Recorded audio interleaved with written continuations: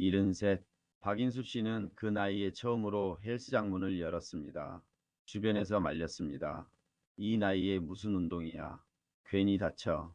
아들도 걱정했습니다. 아버지, 그냥 집에서 쉬세요. 박인수 씨는 대답했습니다. 나는 내 발로 걷다가 죽고 싶어. 이 한마디가 전부였습니다.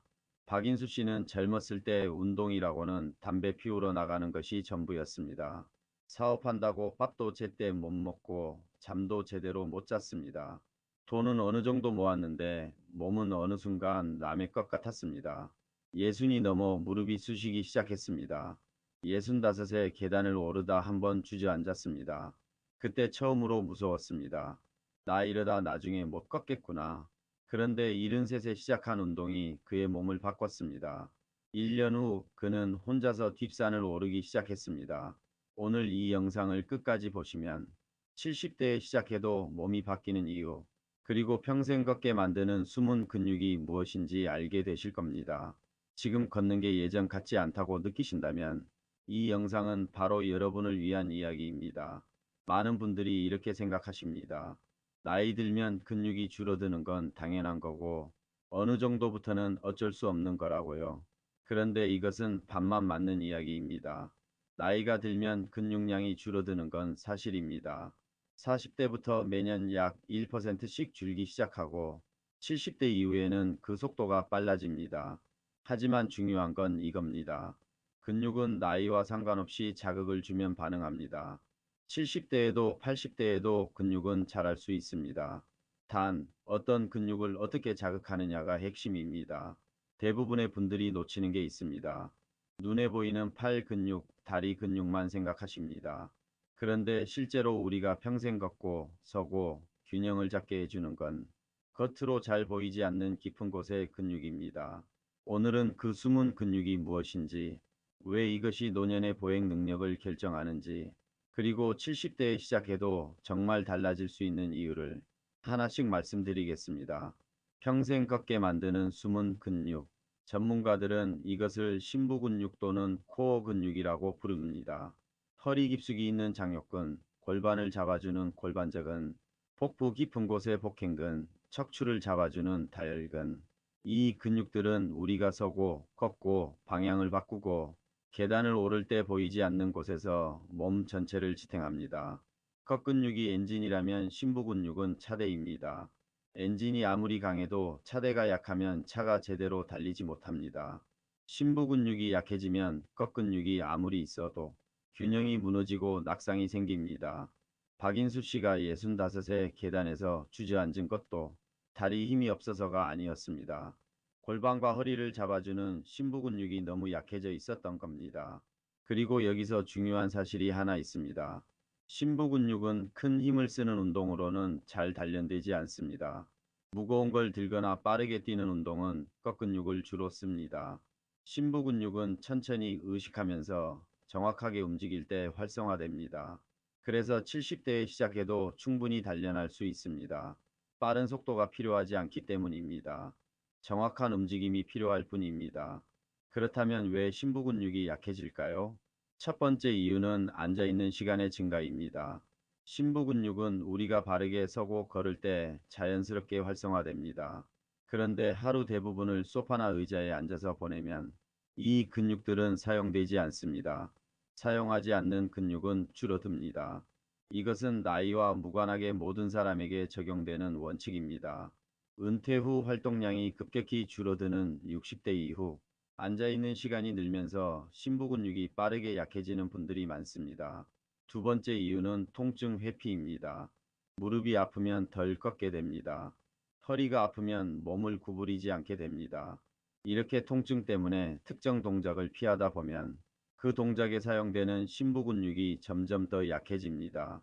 근육이 약해지면 관절의 부담이 더 커지고 부담이 커지면 통증이 더 심해집니다. 통증이 심해지면 더 움직이지 않게 됩니다. 이 악순환이 반복됩니다. 박인수 씨도 무릎이 쑤시기 시작하면서 걷는 시간을 줄였습니다. 그것이 오히려 무릎 주변 근육을 더 약하게 만들었고 결국 계단에서 주저앉는 결과로 이어졌습니다. 세 번째 이유는 균형 감각 훈련의 부재입니다. 균형 감각은 심부근육과 직결됩니다.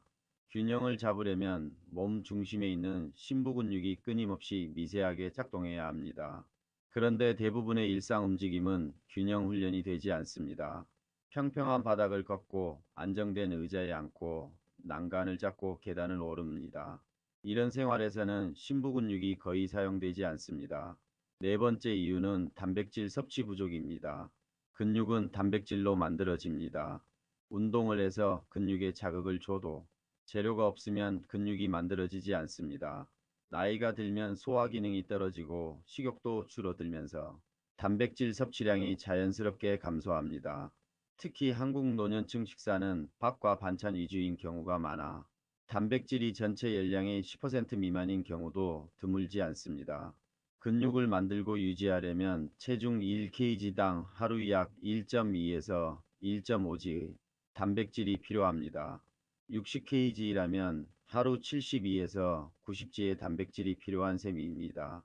닭가슴살 100g의 단백질이 약 23g, 달걀 하나에 약 6g, 두부 150g에 약 10g 정도입니다. 이것을 3끼에 나눠서 드시는 게 한 번에 많이 드시는 것보다 흡수율이 높습니다. 다섯 번째 이유는 비타민 D 부족입니다.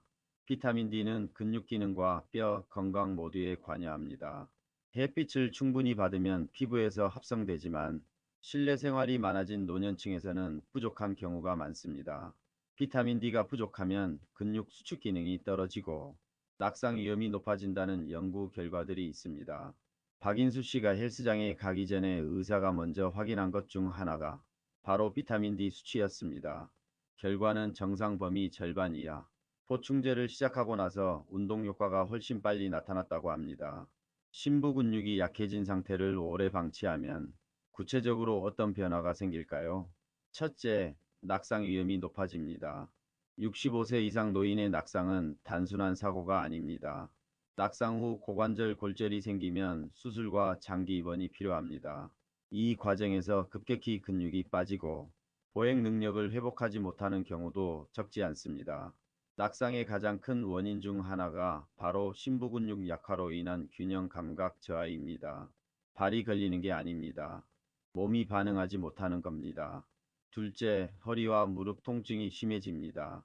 심부 근육이 약해지면 척추와 무릎 관절이 그 역할을 대신합니다. 관절이 근육이 해야 할 일까지 하게 되면 관절 마모가 빨라지고 통증이 심해집니다. 운동을 안 해서 관절이 아픈 게 아니라 심부 근육이 약해서 관절이 혹사당하고 있는 겁니다. 셋째, 보행 속도가 느려집니다. 보행 속도는 노년기 건강지표 중 하나로 사용됩니다. 걷는 속도가 느려지면 이동 범위가 줄고 사회 활동이 줄면서 고립과 우울로 이어질 수 있습니다. 박인수 씨가 두려워했던 것이 바로 이것이었습니다. 몸이 말을 안 듣기 시작하면서 점점 집 안에만 있게 되는 자신의 모습. 그게 싫었습니다. 70대에 시작해도 충분합니다. 오늘 말씀드리는 운동들은 특별한 장비가 필요 없습니다. 집에서 지금 당장 시작하실 수 있습니다. 첫 번째, 누워서 하는 골반 들기입니다.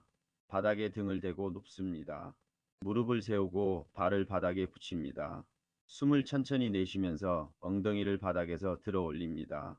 3초 유지 후 천천히 내려옵니다. 10회 3세트. 이 동작은 골반 주변 심부 근육과 엉덩이 근육을 동시에 자극합니다. 허리 통증이 있는 분들도 대부분 무리 없이 하실 수 있습니다. 두 번째, 의자 앉았다 일어나기입니다. 팔을 앞으로 뻗고 의자에서 천천히 일어납니다. 그리고 천천히 앉습니다. 빠르게 하는 게 아니라 천천히 허벅지와 골반 근육을 느끼면서 합니다. 10회 3세트. 이 동작은 허벅지 앞쪽 근육과 심부 골반 근육을 함께 씁니다. 계단 오르기, 화장실 사용, 버스 타고 내리기. 일상의 모든 움직임에 직접 연결되는 동작입니다. 세 번째, 한 발서기입니다. 의자나 벽 옆에 서서 한 발을 살짝 들고 10초 버팁니다. 균형이 잡히면 의자를 잡지 않고 해보세요. 좌우 번갈아 하루 3회씩. 이 동작 하나가 낙상 예방에 가장 직접적인 효과를 냅니다. 균형 감각은 훈련하면 나이에 상관없이 좋아집니다. 네 번째, 천천히 걷기입니다. 빠르게 걷는 것보다 천천히 바른 자세로 걷는 것이 심부 근육 활성화에 더 효과적입니다. 발 뒤꿈치부터 닿게 배에 살짝 힘을 주고 시선은 정면으로 하루 20분 이 자세로만 걸어도 심부 근육이 달라집니다. 박인수 씨는 이 네 가지를 매일 아침 20분씩 했습니다. 처음에는 골반 들기 5번도 힘들었습니다. 석 달 후에는 혼자서 뒷산을 올랐습니다. 오늘은 70대에 시작해도 늦지 않은 이유, 평생 걷게 만드는 숨은 근육이 무엇인지, 그리고 집에서 바로 시작할 수 있는 운동까지 말씀드렸습니다. 근육은 포기하는 게 아닙니다. 70대에도 80대에도 자극을 주면 반응합니다. 중요한 건 지금 시작하느냐, 안 하느냐입니다. 박인수 씨는 76이 된 지금도 매일 아침 뒷산을 오릅니다. 아들이 얼마 전에 말했습니다. 아버지, 저보다 더 잘 걸으시네요. 그 한마디가 박인수 씨에게는 평생 들은 말 중에 가장 기뻤던 말이었습니다. 오늘 말씀드린 내용 중에 본인한테 해당되는 게 있으셨나요? 댓글에 딱 한 줄만 남겨주세요. 여러분의 이야기가 다음 영상 주제가 됩니다.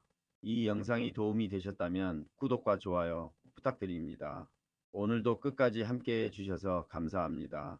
이 영상은 일반적인 건강정보 제공을 목적으로 합니다. 개인에 따라 차이가 있을 수 있으며 정확한 내용은 전문의와 상담하시기 바랍니다.